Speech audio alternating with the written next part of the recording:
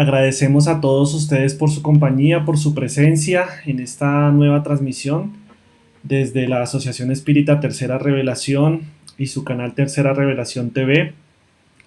En un día más donde dedicamos este espacio para las conferencias públicas que ahora pues obviamente por las circunstancias que nos rodean hemos trasladado 100% al canal virtual, pero lo cual también ha traído enormes ventajas en el sentido que muchas más personas con mucha alegría hemos visto que se han sumado a esta audiencia interesados en estudiar el espiritismo, y no solamente a través de nuestra institución, sino de todas las instituciones espíritas que día tras día están realizando esta misma jornada de educación virtual para mantener viva la llama del aprendizaje y del estudio espírita. Muy bien, dando un par de minutos mientras se terminan de conectar, queremos anunciar que hoy tenemos un invitado supremamente especial en lo personal y también en lo institucional, un gran amigo, una persona que ha dedicado su vida entera a la doctrina espírita porque es o pertenece a una familia espírita, es decir, es espírita de nacimiento y que ha compartido con nosotros diferentes momentos de difusión y divulgación doctrinaria en diferentes eventos. Y estamos hablando de nuestro querido amigo y hermano Johnny Navarro. Johnny actualmente se desempeña como trabajador de la institución espírita que su familia y él mismo han forjado, que es el Centro Espírita Luz de Amor en Bucaramanga. Y como lo he mencionado anteriormente, pues él pertenece a familia espírita desde nacimiento, entonces esa familia hermosa liderada por nuestro querido Emiro, nuestra querida Alba Leonor y también Brian, que desde el exterior continúa vinculado con el corazón a esta familia espírita. Entonces, mis queridos amigos, en la tarde de hoy vamos a disfrutar de un tema muy interesante que nos debe servir a todos para continuar en nuestro proceso de transformación íntima y de búsqueda de los mejores caminos para nuestra evolución espiritual. Por eso, el tema que hemos seleccionado el día de hoy se titula ¿Por qué es tan difícil cambiar? Entonces, para dirigirnos, como lo he mencionado, está nuestro querido Johnny, que además hoy todos los que estamos aquí reunidos y su familia consanguínea y su familia espírita, le celebramos un aniversario de vida más. Está hoy cumpliendo años justamente, así que trasladémosle todos nuestros sentimientos de cariño, de gratitud a Johnny para que sean muchos años más de vida ejerciendo como espírita y ahora en esa nueva etapa que se acerca como padre de familia junto a su querida esposa. Demos todos la bienvenida a nuestro querido Johnny, mis queridos amigos, y que disfruten la conferencia. Johnny, es tuyo el auditorio virtual.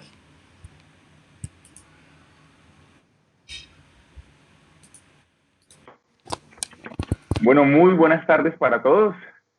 Realmente estamos muy complacidos de encontrarnos en esta tarde de hoy, 23 de mayo, aquí conectados con todos ustedes a través de las diferentes plataformas virtuales.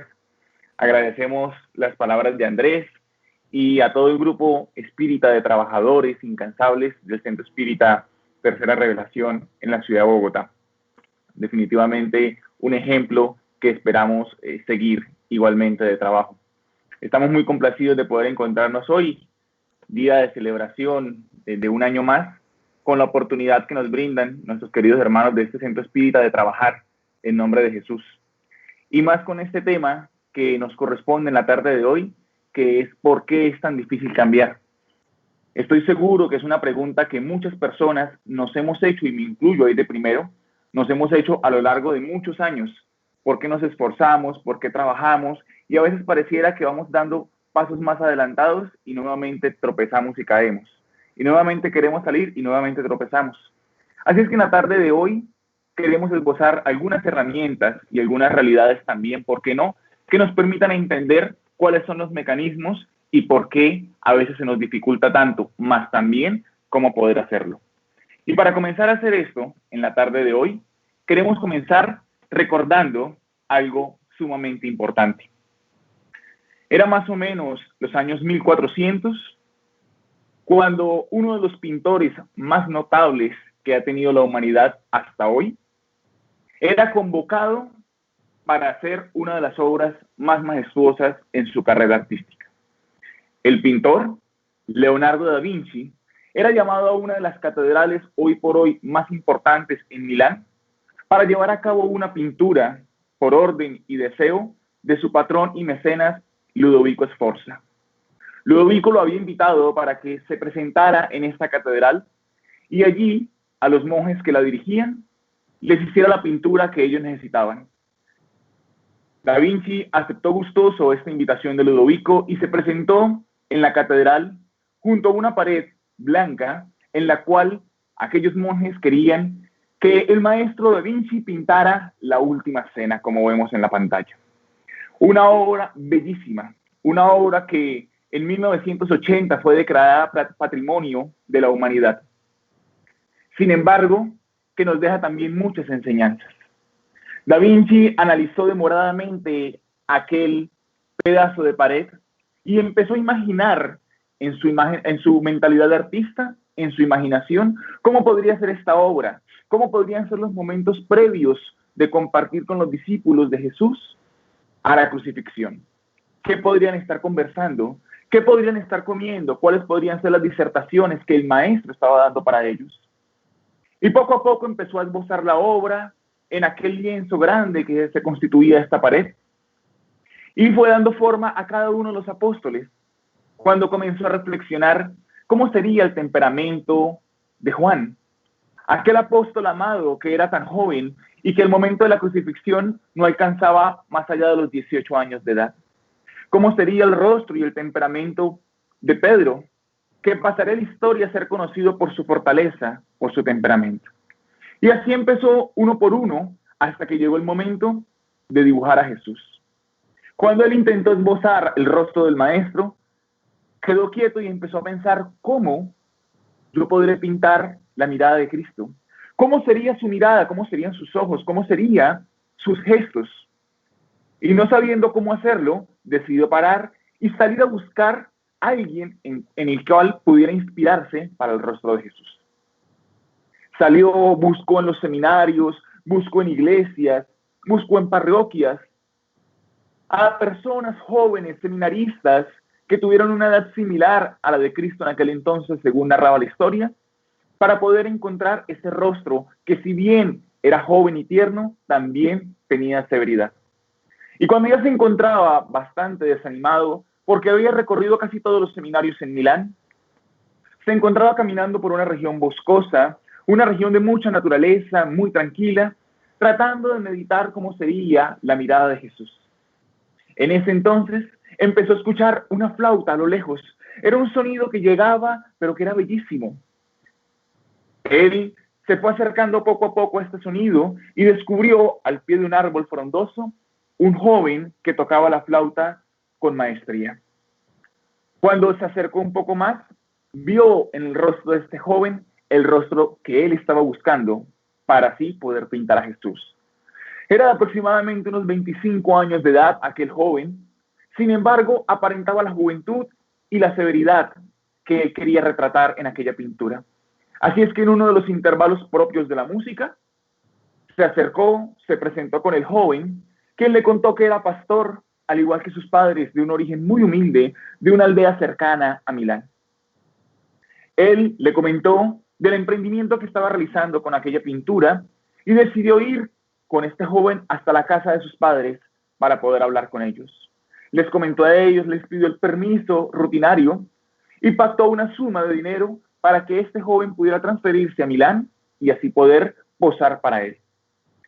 Hechos los arreglos, el joven se sentó junto a Da Vinci en aquella catedral y en un lugar especial en el cual podía recibir la luz, pero también la sombra, puesto que era una técnica muy específica de aquella época, en el claro oscuro, Da Vinci empezó a retratar el rostro de Jesús basándose en aquel joven muchacho. Pasaron los días y Da Vinci pudo terminar su obra. Según lo pactado, entregó en una bolsa tejida de tela las monedas de oro y se las entregó a este joven, el cual se marchó en dirección a donde sus padres. Da Vinci estaba muy contento y aquella obra fue majestuosa y enaltecida por todos. Pasaron los años y 10 años después, nuevamente, los monjes de aquella catedral llamaron a Da Vinci para conversar con él y para pedirle nuevamente otra obra. Ahora, en este momento, en una pared contigua, querían pintar el momento justo en que Judas, en el Jardín de los Olivos, vendió a Jesús. Aquel momento fatídico que pasaría a la inmortalidad, conocido como el beso de la traición. Da Vinci aceptó gustoso y comenzó a diseñar toda su pintura. Comenzó a pintar a Jesús, comenzó a imaginar el Jardín de los Olivos, comenzó a pensar cuál sería los pensamientos que pasaban por la mente de estos hombres allí, hasta que llegó a pintar Judas y nuevamente, como hacía 10 años atrás, tuvo el mismo predicamento. ¿Cómo retratar el rostro de aquel traidor? ¿Cómo retratar el rostro de aquel que él consideraba el monstruo capaz de vender a Cristo? Así es que pensó por un instante y dijo, bueno, si salí a buscar y busqué en seminarios, busqué en iglesias, en parroquias e incluso en una región boscosa el rostro de Cristo, lo más normal es que pueda ir a una penitenciaría y allí en una cárcel poder encontrar el rostro de Judas entre asesinos, entre ladrones y gente de su calaña. Se dirigió a todas las penitenciarías que encontró en Milán y nuevamente comenzó a desesperarse. Pasaban los días, el monje presionaba por la pintura y sin embargo Da Vinci no encontraba el rostro que quería. Fue una de las últimas penitenciarías que conocía y después de visitar repetidas celdas, pensó que ya no podría más. Se fue entonces al último patio en compañía del director de la cárcel. Llegando a este patio, se acercó y empezó a caminar por una de las celdas, hasta que acercándose a unos pocos metros de la reja, él sintió un magnetismo muy fuerte, muy denso. Era un magnetismo que si bien era denso, lo atraía hasta allí. Él se aproximó de la reja y vio a un hombre mayor de espaldas a la puerta, mirando por una pequeña ventana los últimos rayos de sol que caían en aquella tarde. Da Vinci, sintiendo el magnetismo, miró entonces al director de la cárcel y le dijo, ábrame, necesito entrar. Imposible, señor Da Vinci. Este es de los presos más difíciles que tenemos. Está aquí condenado por doble homicidio. Es muy difícil y su temperamento es bastante cruel. Creemos que incluso tiene problemas mentales por tanta violencia. No importa, ábrame. Le abren, Da Vinci entra y en aquel momento el prisionero voltea a mirar a la puerta y cuando Da Vinci ve sus ojos, ve ahí el rostro de Judas. Habla con el preso, le ofrece igualmente una suma de dinero y habla con el director de la cárcel para que pueda ir y allí mismo, en la celda, junto con un lienzo, poder sacar el rostro de aquel traidor que vendió a Cristo. Así fue pactado y llegado el momento, Da Vinci se sentó y aquel hombre, aquel preso, comenzó a posar. Definitivamente sus ojos esbozaban rabia, rencor, ira. Su faz, su rostro eran de una persona sufrida, marcada por el dolor. Comenzó a pintarlo y habían pasado unos días ya, aproximadamente 3 o 4 días, cuando Da Vinci se encontraba pintando y notó por un instante que los ojos de este preso, de este monstruo, habían cambiado. Así es que paró y mirando al hombre le dijo, ¿qué sucede? Tus ojos cambiaron. Estoy viendo los ojos del hombre y yo necesito ver los ojos del monstruo. ¿Qué pasa? Aquel hombre agachó la cabeza y le dijo, es verdad, señor. Mi mirada cambió. ¿Usted acaso me conoce o algo? Da Vinci se sintió indignado. Era el ego de él. ¿Cómo yo voy a conocer un hombre de tu calaña? ¿Acaso crees que yo en algún momento me he juntado con alguien como tú? Jamás. Comprendo, señor. Lo entiendo perfectamente. Sin embargo, debo decirle que no puedo seguir posando para usted. ¿Y cómo es esto posible si tenemos un trato? Sí, lo sé y tengo que romperlo. Porque usted no me recuerda, pero yo posé para usted hace más o menos 10 años como el rostro de Jesús. Da Vinci quedó en silencio mientras aquel hombre se ponía de pie y mirando al horizonte por aquella pequeña ventana comenzó a relatarle. Aquella tarde señor Leonardo, que yo salí de la catedral, iba con la bolsa de monedas en dirección al hogar. Sin embargo, un sentimiento que emanaba en mi corazón, que despertaba, me hizo sentir más poderoso. Me hizo sentir el ego, el orgullo de ser el rostro de Cristo en una catedral de Milán pintada por el maestro Da Vinci. Tenía el dinero, me sentía poderoso y comencé a sentir que una tendencia despertaba en mí. Decidí no ir a donde mis padres y por el contrario me fui para otro lado.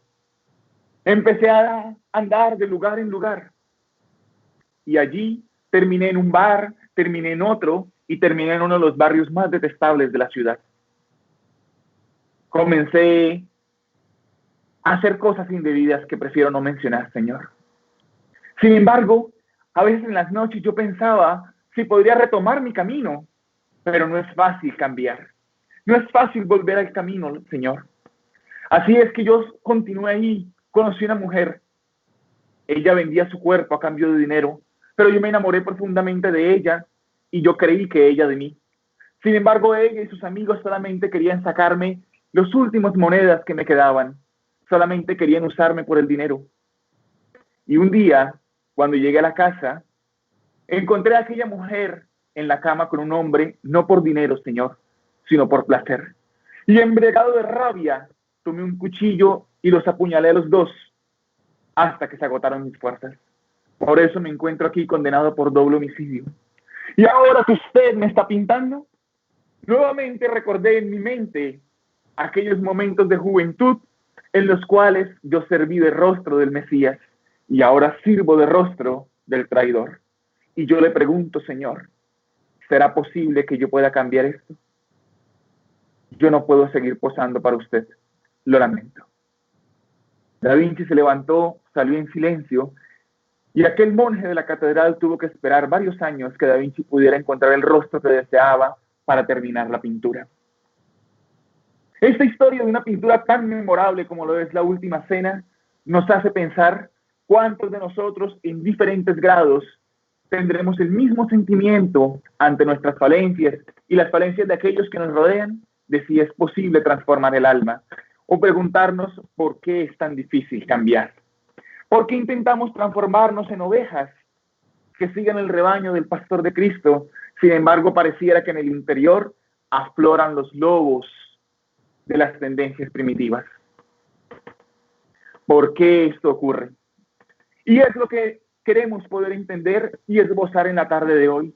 Y para poder hacerlo de una mejor manera, debemos mirarlo desde diferentes prismas, debemos mirarlo desde diferentes ángulos. El primero de ellos, el que las personas más creen, el que seguramente tú encuentras cuando hablas con un familiar, aún contigo mismo en la intimidad, o cuando ves algo en la televisión, y es que somos seres débiles y nuestro cerebro está programado simplemente, que realmente no tenemos la oportunidad de cambiar, y que aquellas historias de cambio trascendental, como la de Miriam de Migdal o María de Magdala, como la del apóstol Pablo luego de ser Saulo de Tarso, son historias que están condenadas para otros, pero que nosotros jamás llegaremos allí, porque nuestro cerebro sencillamente funciona diferente, dicen muchos estudiosos. Algunos de los más recientes estudios, por ejemplo, en neurocodificación, establecen que nuestro cerebro se encuentra diseñado para evitar el desgaste, para ahorrar energía. Es decir, nuestro cerebro se encuentra diseñado genéticamente, proponen algunos científicos, para simplemente utilizar la energía necesaria para sobrevivir y para las labores diarias. Sin embargo, cuando le proponemos a nuestro cerebro un cambio, así no sea moral, sino un cambio de hábitos, un cambio de rutina, así sea tomar una ruta diferente de camino a nuestro trabajo, nuestro cerebro de una vez se detiene, porque prefiere ahorrar energía y evitar el desgaste. Para él, para el cerebro, establecen los científicos, es más efectivo ese ahorro que desgastarse en un nuevo cambio. Y ahí es donde muchos se refugian para decir, es una condición cerebral. Simplemente quise ahorrar energía. E incluso recientes estudios han demostrado que es lo que ocurre cuando tú, yo o muchas personas llegamos de una jornada laboral, del centro espírita, del trabajo, de la calle, y nos sentamos en el sillón, prendemos la televisión, prendemos Netflix y quedamos ahí en estado de relajación. Es nuestro cerebro que está enviando a nuestro cuerpo las sustancias químicas para evitar desgastarnos y para encontrar el reposo. Lo interesante de esto es que nuestro cerebro es tan solo el 2% de la masa corporal. Es decir, si partiéramos del principio que realmente es un tema cerebral, estamos hablando que ese 2%, sin tocar ningún tema espiritual, ese 2% comanda el 98% restante de nuestro cuerpo. Y que tan solo ese 2% de masa corporal es el encargado de consumir el 24% de la energía de nuestro organismo. Razón por la cual a veces llegamos y decimos, me encuentro cansado mentalmente. No tengo de pronto la disposición de orar porque me quedé dormido mientras oraba para acostarme. Pero es que estaba tan cansado porque consumí tanta energía hoy. Es ahí donde comienza la dificultad de cambiar. Porque nos programaron y nos programamos nosotros mismos para creer esto. Para entender que nuestro cerebro, aunque pudiera estar neurocodificado de esta manera, nosotros somos seres espirituales que podemos obrar sobre el cuerpo físico. Analicemos entonces, como seres humanos, somos creaciones perfectas, mas somos seres perfectibles. Es decir, nuestro cuerpo funciona de manera perfecta, en una armonía, en una sinfonía que realmente no tiene comparación. Mas como seres espirituales, que estamos en esta experiencia carnal, somos seres totalmente perfectibles, día a día y momento a momento.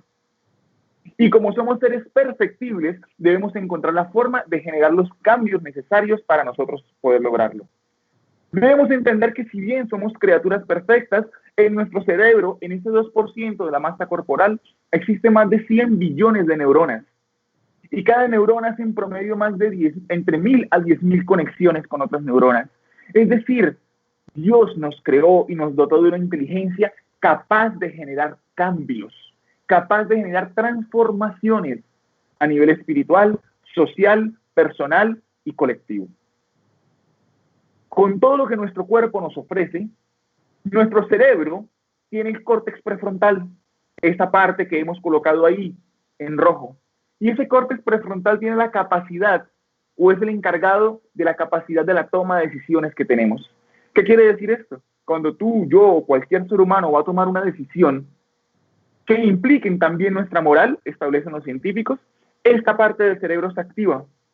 Sin embargo, también, como puede ser activada, puede ser desinhibida.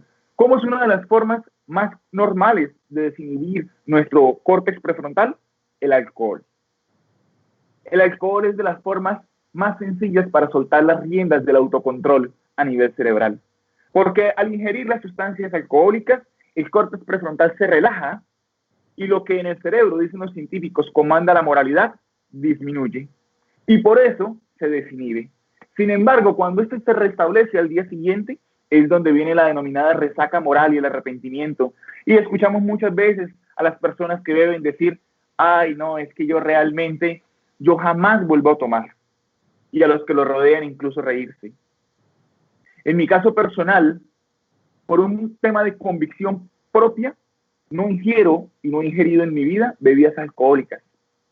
Y muchos amigos me dicen, Johnny, pero es que eso es fanatismo. Les digo, no, sencillamente es un tema, es una energía que yo no quiero en mi organismo, que no deseo, pero que fue mi libre albedrío. Y cuando empezamos a investigar de este tema, comprendimos por qué muchas personas cometen actos que no desean y que después se están arrepintiendo. Entonces cabe preguntarnos según esto, ¿somos solamente un cuerpo? La dificultad de cambio está determinada necesariamente ¿por qué? Porque como dice el adagio popular, cambiar es difícil porque la carne es débil. Y vemos que muchas personas dicen esto, no, es que yo quiero, yo me esfuerzo, pero realmente no lo logro. Cuando dicen yo quiero, yo me esfuerzo, pero no lo logro pero realmente no quiero. ¿Por qué? Porque ya el 18 de abril de 1857, el codificador establecía en el frontispicio del libro de los espíritus de esta carta magna, establecía que contiene los principios de la doctrina espírita. Y lo primero que contiene es acerca de la inmortalidad del alma. Es decir, que somos seres espirituales y que somos seres inmortales. Que no solamente somos carne, que no solamente somos lo que vemos aquí y que no nos podemos escudar en que la carne es débil, en que la voluntad me flaquea, en que no tengo suficientes fuerzas, porque nuestra arma inmortal trae tendencias del ayer y hoy siembra nuevas tendencias o aciertos o desaciertos para el mañana. Por eso Kardec pregunta a los espíritus en la pregunta 136b, ¿qué sería nuestro cuerpo si no tuviese alma? Si solamente fuéramos carne, como creen muchas personas. Y los espíritus con sabiduría responden, una masa de carne sin inteligencia. Pues recordemos que la inteligencia es un atributo del espíritu. Todo lo que queréis, excepto un hombre. Es decir, nosotros en principio somos espíritu, no cuerpo, como muchas personas lo pregonan, y con esto se derrumba por completo el argumento que la carne es débil, que yo quisiera cambiar, pero que realmente mi cerebro se encuentra neurocodificado para esto, para evitar el desgaste. No, nosotros somos seres espirituales y como seres espirituales comandamos nuestro vehículo físico como una herramienta o como decía Francisco de Asís, un burrito que carga nuestra alma. ¿Y quién comanda? ¿Quién va direccionando el burrito o el burrito? Es ahí donde comienzan las dificultades para cambiar.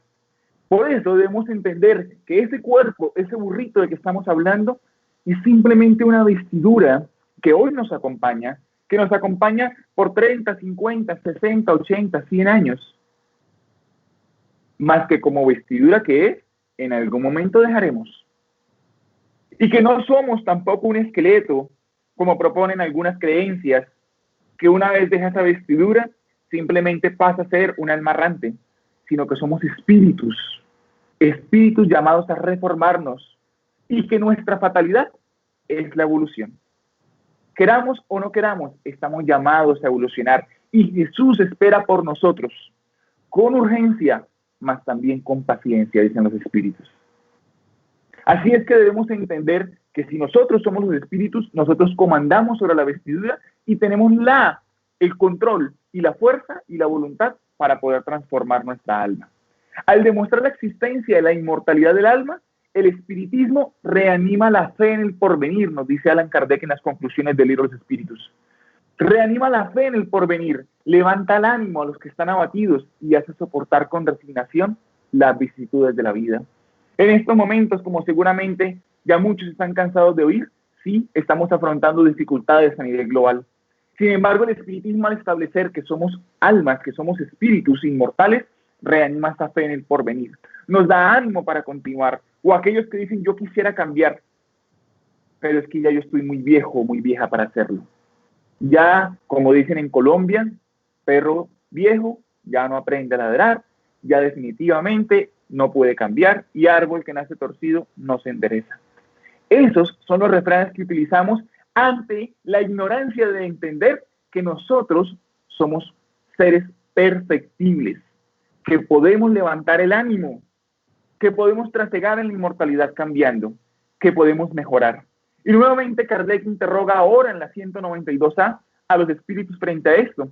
¿El hombre puede entonces asegurar desde esta vida una existencia futura sin tantas amarguras? Es decir, aunque seamos seres inmortales y esta experiencia física sea transitoria, ¿podemos asegurar desde ya un futuro sin tanto dolor, sin tanto sufrimiento? Y los espíritus con sabiduría responden, sí, sin duda. Puede abreviar la extensión y las dificultades del camino. Solo el negligente se encuentra siempre en el mismo punto. ¿Cuántos de nosotros estamos diciendo en nuestras oraciones, ay Dios, ¿por qué me colocas tantas pruebas? ¿Por qué salgo de una y entro en otra? Y yo intento cambiar, pero es que realmente no se puede así.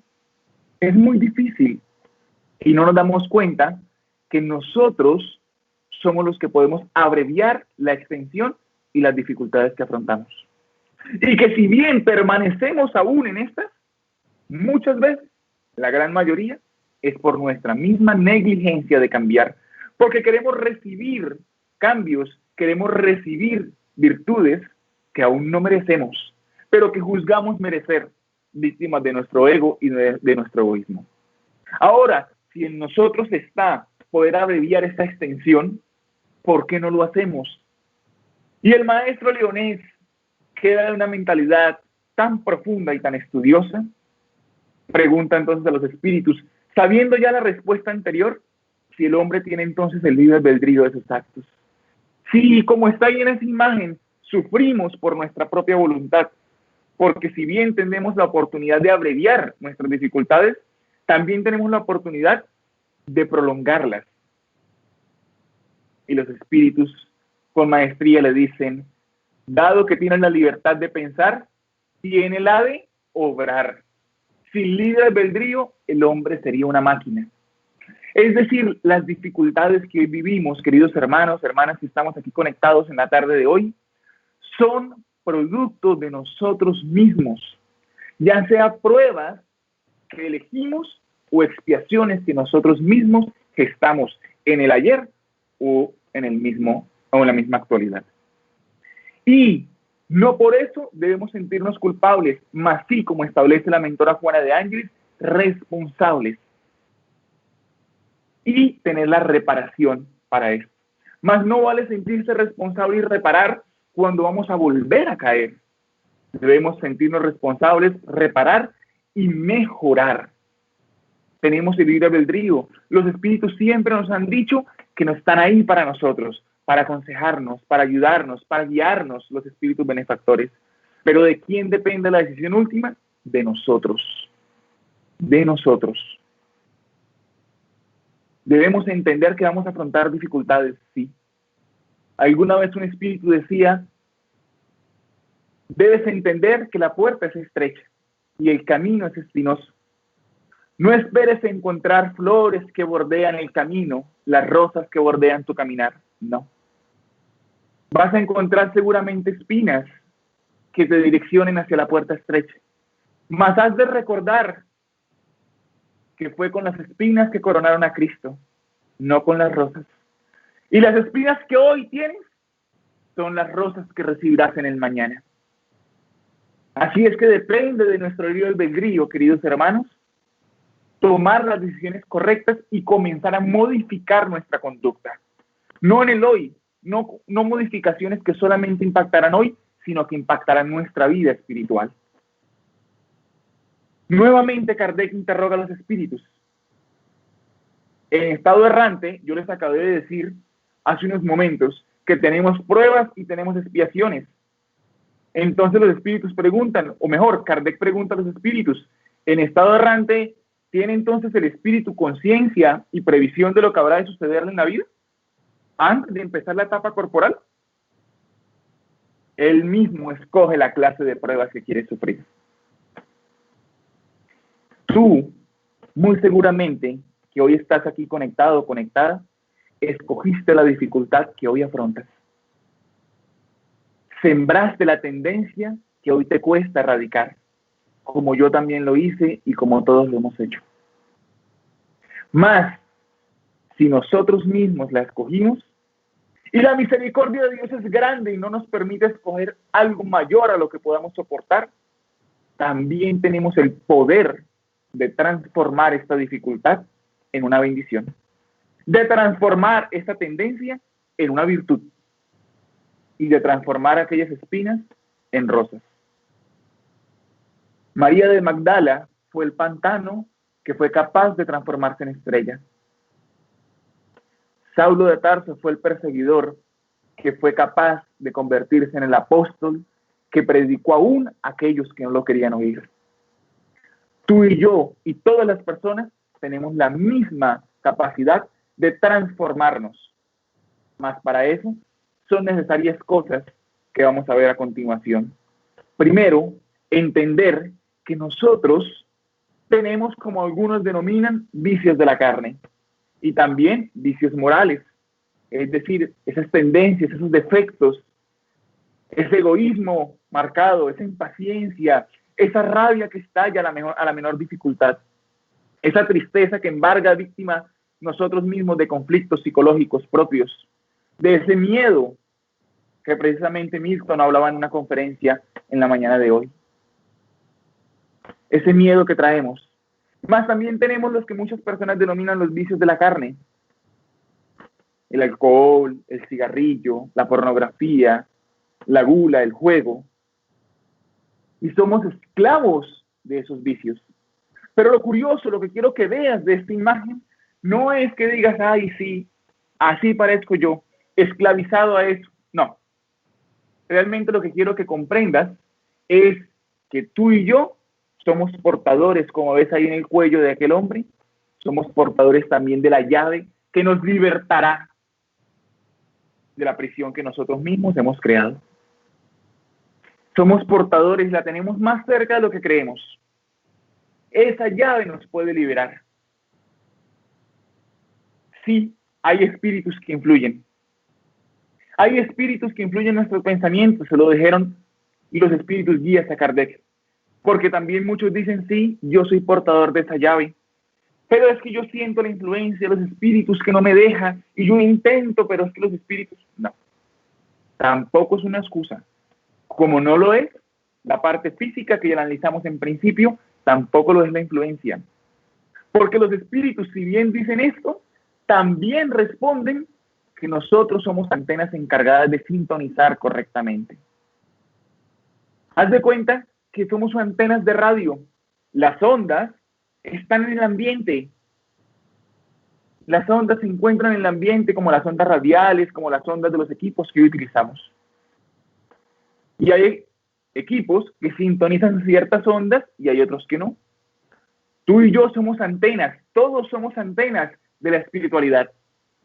¿Somos antenas que sintonizamos ondas de bondad o somos antenas que sintonizamos ondas permisivas, miasmas deleterios? Al fin y al cabo, las ondas llegarán.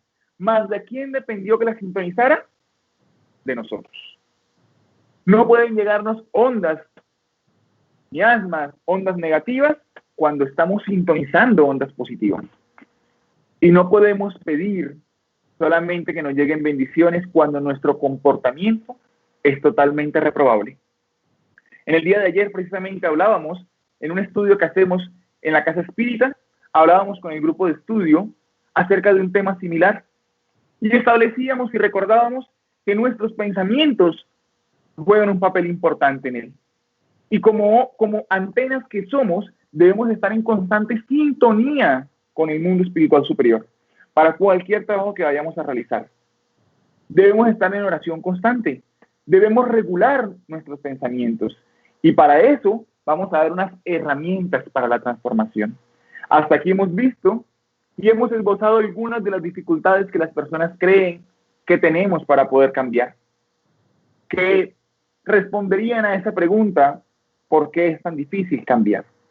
Sin embargo, si ya establecimos que somos seres inmortales más allá que simplemente seres carnales, que si bien tenemos una influencia de los espíritus, negativa o positiva según nuestra propia sintonía, también tenemos una herramienta que nos permite transformarnos, porque nosotros mismos escogimos las pruebas, nosotros mismos sembramos las expiaciones, mas eso no nos condena a sufrir.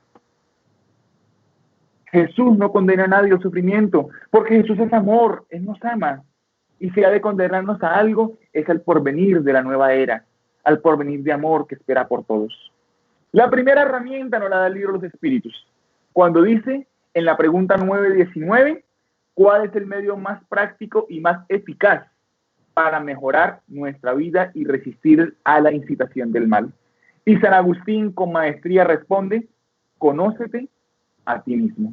Ese es el primer mecanismo, la primera herramienta. Si tú estás tomando nota, si tú estás viendo esto, lo primero que debemos hacer, conócete a ti mismo. Está en la pregunta 919 del libro de los Espíritus, libro que debía ser de cabecera de todos. Es la carta magna para guiar la humanidad. Y los Espíritus son claros al decirnos que si no nos conocemos, no podemos saber en qué estamos fallando, y menos cómo podemos cambiarlo.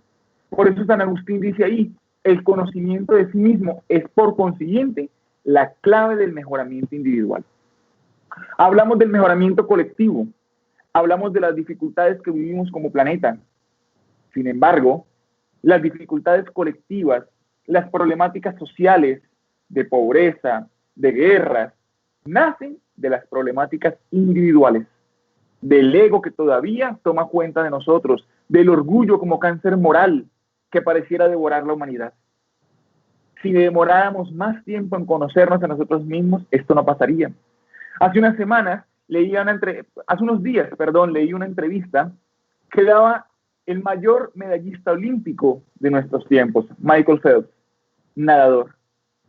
Se ha colgado un sinnúmero de medallas de oro en los Juegos Olímpicos y sin embargo daba una entrevista diciendo lo difícil que para él ha sido esta cuarentena.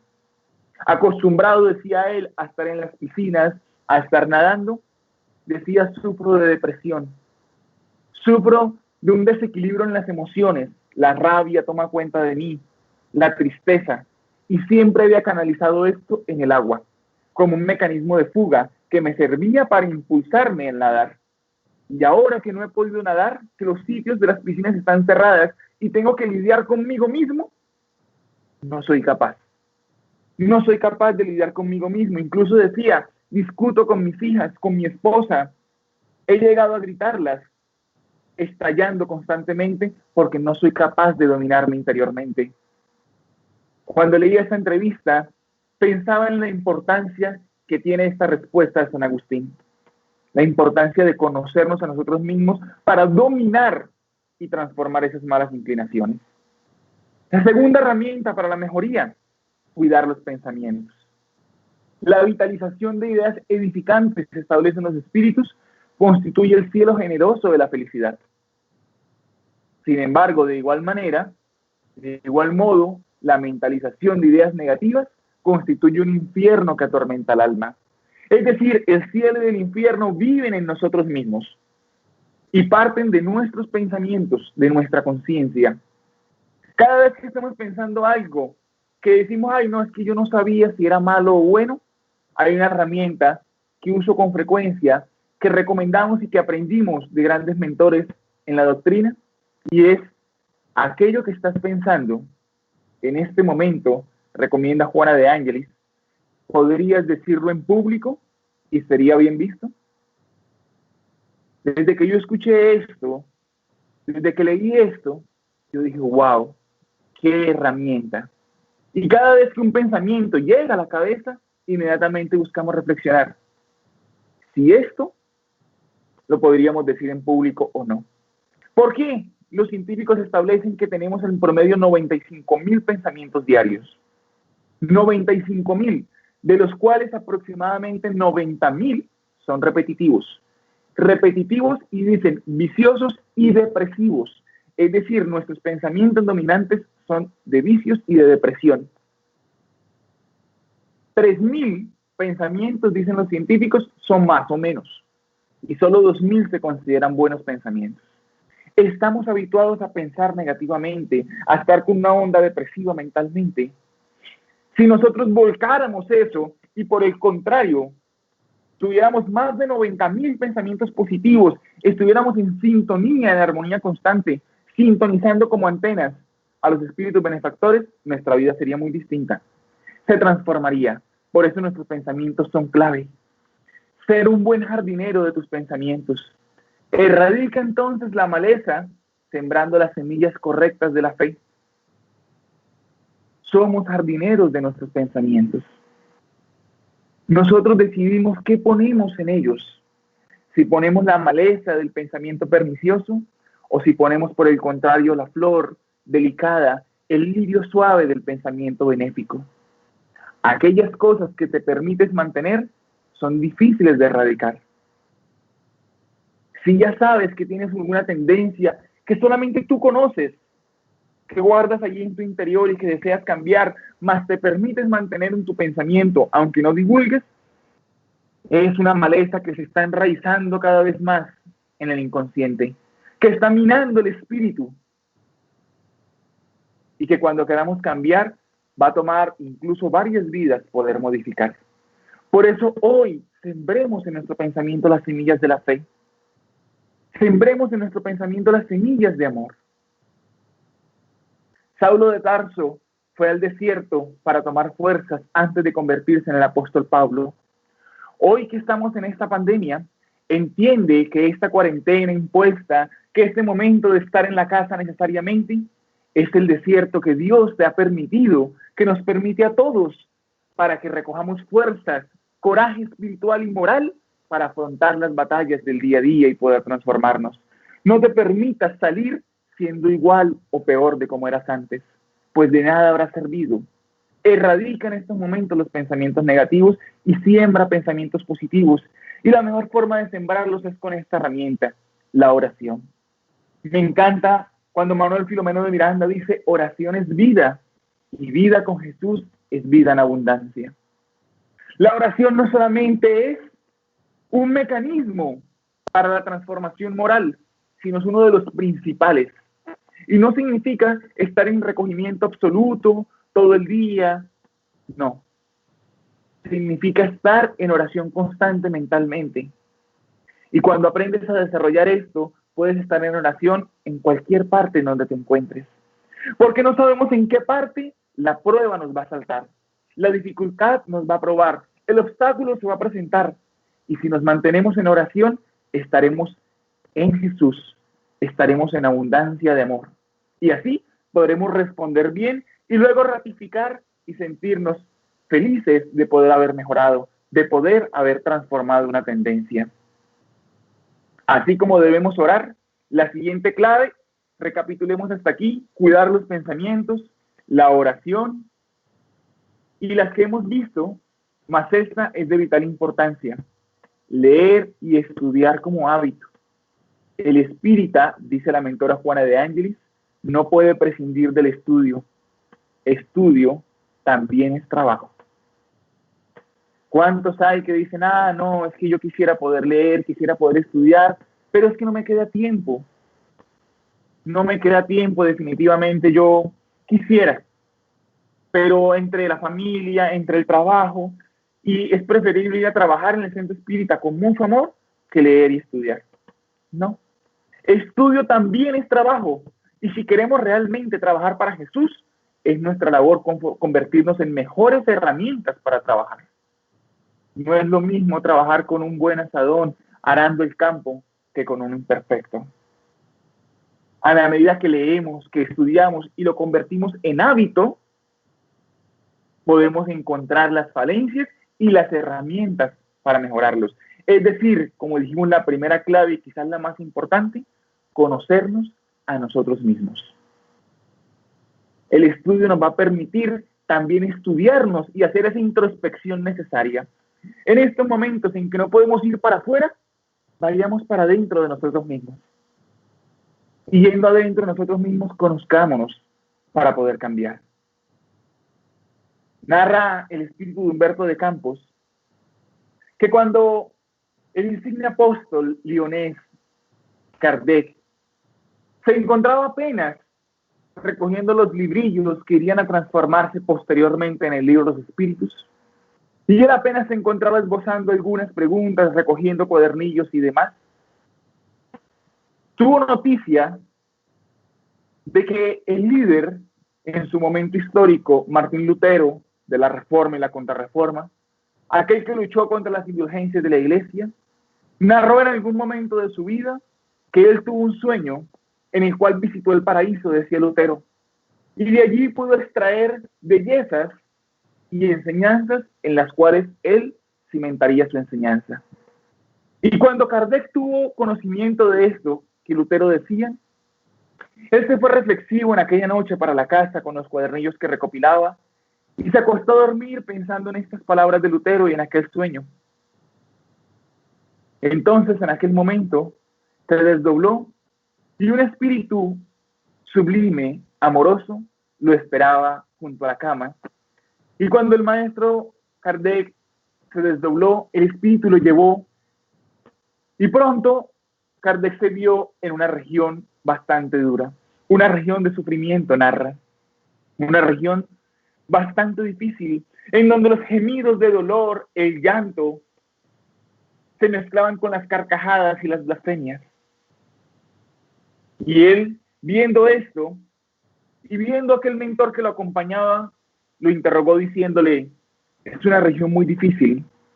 ¿Es esta la región donde yacen aquellos que crucificaron a Cristo? Y aquel mentor con dulzura le dice, no. Aquellos que crucificaron a Cristo realmente lo hicieron, pero lo hicieron por ignorancia. Ellos no sabían lo que estaban haciendo y por eso el mismo maestro dijo, perdónalos, Padre, porque no saben lo que hacen. Kardec reflexionó entonces y mirando aquella escena que parecía dantesca, dijo nuevamente, comprendo. Si no son los que crucificaron a Cristo, son entonces los emperadores romanos, me imagino, Tiberio, Calígula, y nuevamente el espíritu le interrumpió diciéndole no, no son. Ellos, al igual que los que lo crucificaron, eran ignorantes. Sin embargo, los emperadores no tenían el más mínimo conocimiento de espiritualidad, para nada. El maestro Kardec reflexionó y dijo, ok, entiendo. Entonces fueron los primitivos que estaban allí gritando como verdugos. Tampoco. Ellos tampoco sabían y después de varias reencarnaciones comenzaron a entender lo que habían hecho en aquel día. Y Kardec pensó entonces, y sin hacer aún la pregunta, pensó, ¿serían entonces los conquistadores de las diferentes épocas? Quizás Atila, Aníbal, Gengis Khan. Y antes de que pudiera hacer la pregunta, el mentor amoroso le dijo, no son los conquistadores que piensas. Ellos, después de expiar las dificultades y el dolor que causaron, también aprenden a mejorar. Entonces Kardec dijo, ¿quiénes son aquellos que habitan en esta región tan dolorosa? Y aquel sublime enviado de Cristo, mirando a Kardec, le dijo, estos que ves aquí son aquellos que en la vida física tuvieron conocimiento de las enseñanzas de Jesús. Ellos conocían el mensaje de Cristo en distintas eras. Sin embargo, conscientemente y por su libre albedrío y su voluntad, decidieron obrar erradamente, llevados por los vicios, llevados por las dificultades, por la avaricia, y hoy yacen aquí. Y para ellos la oportunidad de reencarnar, demorada y muy difícil. En ese momento, el mentor espiritual llevó a Kardec nuevamente hasta su habitación, y cuando Kardec despertó, aún con las impresiones del sueño, corrió y rápidamente elaboró una pregunta en un cuadernillo que posteriormente iba a transformarse en la pregunta 642 del libro de los Espíritus, que partiría de aquel sueño que Kardec tuvo. ¿Alcanza con no hacer el mal para ser grato a Dios y asegurarse una posición en el porvenir? Y los espíritus dicen no, es necesario hacer el bien hasta el límite de las propias fuerzas. Es decir, no basta con simplemente no hacer el mal que creamos, sino con transformarnos, como hablamos en la conferencia de hoy, con cambiar las tendencias por virtudes, pues responderemos de todo el mal que se haya resultado a causa del bien que no hicimos, a causa del bien que dejamos de obrar. Por eso, si tenemos que hacer bien, la siguiente clave es la caridad. Leer, estudiar, conocernos y transformarnos y poner en práctica. Ser caritativos, ser amorosos. Por eso, en este libro psicografiado por Chico Xavier y Waldo Vieira dice, las puertas de los cementerios jamás se cierran. No obstante, las puertas de la reencarnación solamente se abren mediante la contraseña del mérito obtenido en las edificaciones incesantes de la caridad. Es decir, para poder tener la propia y nueva oportunidad de progresar, de mejorar que tanto necesitamos, hemos de abrir esas puertas mediante la caridad. Más la caridad como la entendía Jesús, no solamente la material, sino la benevolencia, la indulgencia, el perdón de las ofensas, como parte de la modificación de nuestras conductas y como parte del trabajo. Se reconoce al verdadero espírita por el esfuerzo que hacemos, es decir, por ser hoy mejor que ayer y mañana mejor que hoy. Jesús no pide apóstoles perfectos. Uno lo negó, otro lo vendió, otro no creyó en él hasta meter el dedo en la llaga. Sin embargo, Jesús a todos los amó y nos ama a nosotros. No aspira de nosotros la perfección, pues sabe que aún estamos lejos de alcanzarla y perfecto solo es Dios. Mas sí nos pide que seamos hoy un poco mejores que ayer, que nos esforcemos por transformarnos hoy. Mañana nos esforzaremos nuevamente, pasado mañana nuevamente, e iremos venciendo un día a la vez. 24 horas en 24 horas, más con consistencia. Por eso el espiritismo es la mejor herramienta para la transformación moral. El espiritismo es una propuesta de educación, de libertad y de felicidad. ¿De qué? No del cuerpo físico, de la inmortalidad del alma. Es la mejor herramienta que Dios nos permite en esta encarnación de poder mejorar nuestras tendencias. ¿Qué mejor herramienta que conocer que no morimos, que el espiritismo mató la muerte, que es algo que tanta gente teme, y que somos seres inmortales que podemos transformarnos? Por eso Francisco de Asís, el pobre de Asís, decía: actuemos de modo que puedan leer el Evangelio en nuestras vidas.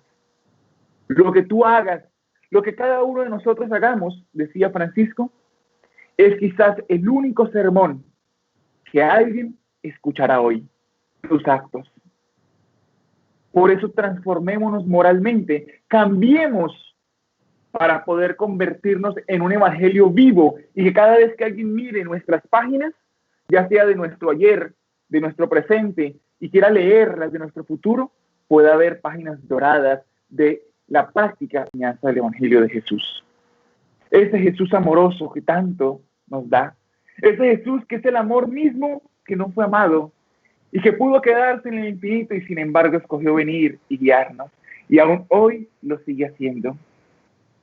Ese Jesús que espera por nosotros, ese Jesús que nos ama, más que muchos simplemente miramos como algo que está lejos, que no podemos alcanzar, y no como el amigo que nos reconforta, que nos ayuda, con el cual podemos tener una comunicación, con el cual podemos dialogar, el cual nos puede guiar.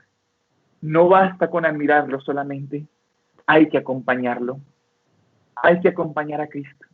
Por eso quiero finalizar la noche de hoy, la tarde de hoy, con gratitud por la oportunidad que Jesús nos da, que Dios nos da, de poder acompañarlo.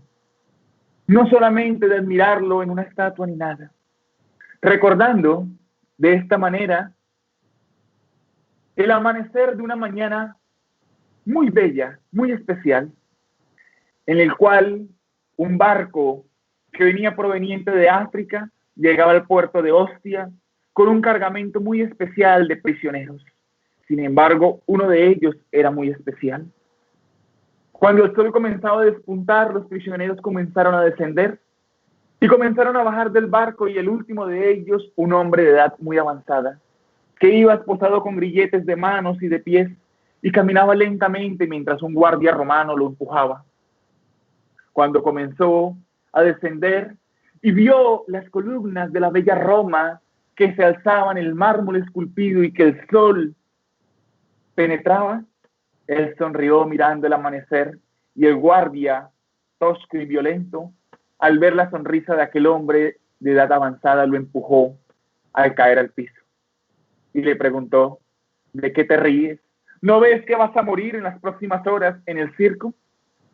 Y él, sin perturbarse, se levantó y, aún sonriendo, con el hilo de sangre que caía por su frente, mirando al guardia, le dijo: sonrío, porque si Jesús, a ustedes que son tan violentos y acaban con tantas vidas, entregó una ciudad tan bella, que habrá de entregarnos a aquellos que le seguimos y le amamos en el reino de los cielos. El guardia, ante aquella respuesta tan majestuosa, guardó silencio mientras aquel hombre caminaba en dirección a la celda. Llegado el momento, en aquella tarde, los prisioneros comenzaron a salir, primero unos pocos, luego más, a las arenas de aquel circo, por orden del emperador, que se encontraba embriagado e influenciado por espíritus perversos. En aquel momento dejaron a aquel hombre como trofeo último. Salieron todos los cristianos y se escuchaba cómo las fieras devoraban a aquellos. Y por último salió este hombre caminando. Sin embargo, para asombro de los espectadores, este hombre salió caminando feliz. Caminaba y caminaba feliz, y la gente lo miraba sin saber, mientras que aquel hombre caminaba viendo los leones a lo lejos que aún devoraban los últimos rastros de aquellos que serían sus hermanos en Cristo. Y pensaba él: hoy Por fin, Maestro amado, podré darte la prueba máxima, que es darte mi vida, que estoy dispuesto a dártela sin ninguna contemplación, Señor. Que las fieras devoren mi cuerpo para poder ascender en dirección a ti, Jesús. Y en aquel momento, las fieras, cuando lo percibieron en la arena, se abalanzaron sobre él violentamente. Mas al llegar a pocos metros de él, se detuvieron estupefactas y comenzaron a olerlo con detenimiento, y simplemente se acostaron al lado de él. Aquel hombre, al mirar el comportamiento de las fieras, quedó asombrado. La multitud comenzó a tildarlo de brujo. Y sin embargo, aquel hombre, asombrado, cayó de rodillas y se puso a llorar copiosamente. Y llorando exclamaba: Señor, tan poco soy que ni siquiera soy capaz de entregarte mi vida. Tanto he hecho por seguirte, Jesús, y sin embargo es tan poco. ¿Qué puedo hacer para poder entregarte el sacrificio máximo, Señor? ¿Por qué no me quieres en tu reino? Y en ese entonces, en ese momento, un ser espiritual que solamente él pudo percibir, se apareció frente a él luminoso y le dijo: levántate, Ignacio. Levántate, Ignacio. Aquel hombre era Ignacio de Antioquía. De aquellos que conoció a Jesús físicamente, el último en morir. Aquel mismo niño que estuvo sentado en las piernas de Jesús cuando su edad era muy temprana, y desde aquel entonces sintió el magnetismo de Cristo y quedó profundamente ligado a él. Levántate, Ignacio, le dijo aquel espíritu. Morir es fácil, Ignacio. Bastaría que una de estas bestias, con sus garras, rasgara tu pecho para que la vida física concluyera. Sin embargo, lo difícil, querido Ignacio, es vivir. Vivir dejando morir día a día las tendencias, dejando morir día a día los defectos. Y eso es lo que Jesús espera de ti. Algún día Él pedirá tu vida, sí, pero hoy Jesús te pide el sacrificio máximo, que es vivir dejando morir al hombre viejo, a las tendencias primitivas. Así es que levántate, Ignacio, y vive, que Jesús quiere eso para ti.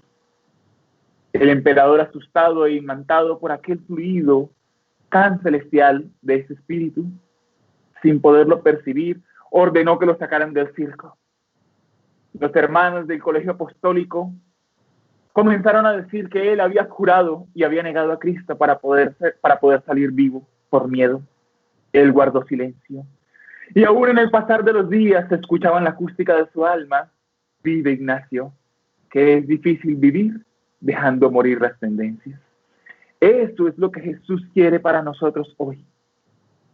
Que las fieras de la indiferencia, de las tendencias primitivas, de las expiaciones, de las pruebas, poco a poco mueran en nosotros, del pasado delictuoso que quede enterrado, para que puedan nacer el hombre y la mujer nueva que ha de elevarse a la inmortalidad, y que llegado el fin podamos llegar a la puerta de Jesús y decirle: Ave Cristo. Nosotros que buscamos trabajar y servirte aún tan ínfimamente y con tan poco hecho, nos presentamos a ti, sabiendo que dejamos morir aquel ser viejo, porque solamente muriendo se nace para la vida eterna, como decía Francisco. Agradezcamos a Dios la oportunidad que nos da hoy de estar vivos, de trabajar y de transformar nuestras tendencias, y agradezcamos al Señor que día a día nos guía con amor y con paciencia hasta su rebaño. Muchas gracias a todos ustedes, a la Casa Espírita Tercera Revelación en Bogotá, por la oportunidad de trabajo, y que Dios nos continúe bendiciendo siempre. Muchas gracias. Te agradecemos a ti, Johnny, con toda la sinceridad de nuestra alma. Y no quiero con mis palabras interrumpir esta vibración magnética que has dejado en nuestras mentes y en nuestros corazones en esta tarde, por lo cual te queremos agradecer, y estoy seguro que todos los que estamos acá virtualmente reunidos agradecemos a Jesús por la bendición no solamente del espiritismo, sino de expositores de la doctrina desde el alma como lo eres tú. Gracias por dedicarnos este tiempo y sobre todo en un día tan especial como es tu cumpleaños, donde seguramente la familia consanguínea sería la prioridad, pero que has elegido demostrarnos que para ti la familia espírita también es importante. Por eso te... Bueno, muy buenas tardes para todos. Agradecerle Perdón, a... perdón Milton, estoy todavía acá despidiendo a Johnny. Eh, Ok, mm, entonces, queremos darle a todos los que se conectaron la tarde de hoy la, la posibilidad, si así lo estiman conveniente, de repetir o de compartir a su vez en sus redes esta maravillosa disertación que Johnny nos ha regalado en esta tarde, porque vale la pena por los conceptos tan profundos que fueron aquí proclamados, vale la pena repasarla y encontrar los detalles que probablemente en tiempo real dejamos pasar. De nuevo, Johnny, un agradecimiento para ti, para tu esposa, tu familia en general y que, como dijimos al principio, Dios permita que puedas ser muchos años más trabajando, como lo has dicho, al lado de Jesús, por Jesús y a la luz de Kardec. No queremos despedirnos sin antes, ya Milton hizo presencia, sin antes darle la palabra a nuestro querido Milton Fabián, que es parte de nuestra institución espírita Tercera Revelación, y aquí en compañía de Johnny, poderles comunicar a ustedes buenas noticias, justamente pensando en ampliar los horizontes divulgativos que estos medios de comunicación actualmente nos están permitiendo. Así que vamos a dar la palabra a Milton. Por favor, puedes activar la cámara.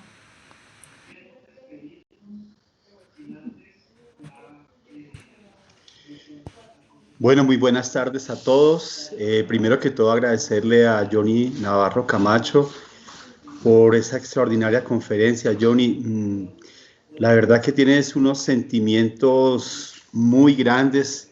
Veo que tienes totalmente las cualidades de tus padres y te agradezco por haber aceptado la invitación a nuestra casa espírita y aceptar estrechar esos lazos de amistad y de fraternidad que nos unen a estas dos instituciones espíritas, la CELA y Tercera Revelación.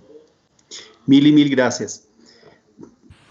Para cada uno de ustedes, comentarles que dentro de 8 días estarán dos invitados muy especiales desde España, Dolores Martínez y Manuel Soñer, que nos dictarán la conferencia Toma de Conciencia. Ellos son fundadores del Centro Espírita Manuel y Divaldo en Reus, España, y tienen la representación del Centro Espírita Camino de Redención en Europa. Y una gran noticia que también queremos compartir con todos aquellos que nos escuchan en este momento. El próximo 20 y 21 de junio, sábado 20 y domingo 21, llevaremos a cabo el 33º Encuentro Espírita de la Asociación Espírita Tercera Revelación. Un encuentro lleno de conocimiento, de divulgación y unos invitados muy especiales. El día sábado estará el presidente de la Confederación Espírita, Jorge Berrío, con la conferencia Orientación Espírita para las Aflicciones. El domingo a las 10 de la mañana, de la Gracia de Ender, con la conferencia Fortaleciendo la Fe en los Momentos de Crisis. De 11 a 12 estará Andrés Abreu con la conferencia Construcción del Equilibrio Espiritual. De 3 a 4 estará Marcelo Neto desde Miami con la conferencia Despertar de la Conciencia para una Salud Integral. De 4 a 5 estará Juan Danilo Rodríguez desde la Mansión del Camino en Salvador Bahía con la conferencia La Nueva Sociedad del Futuro.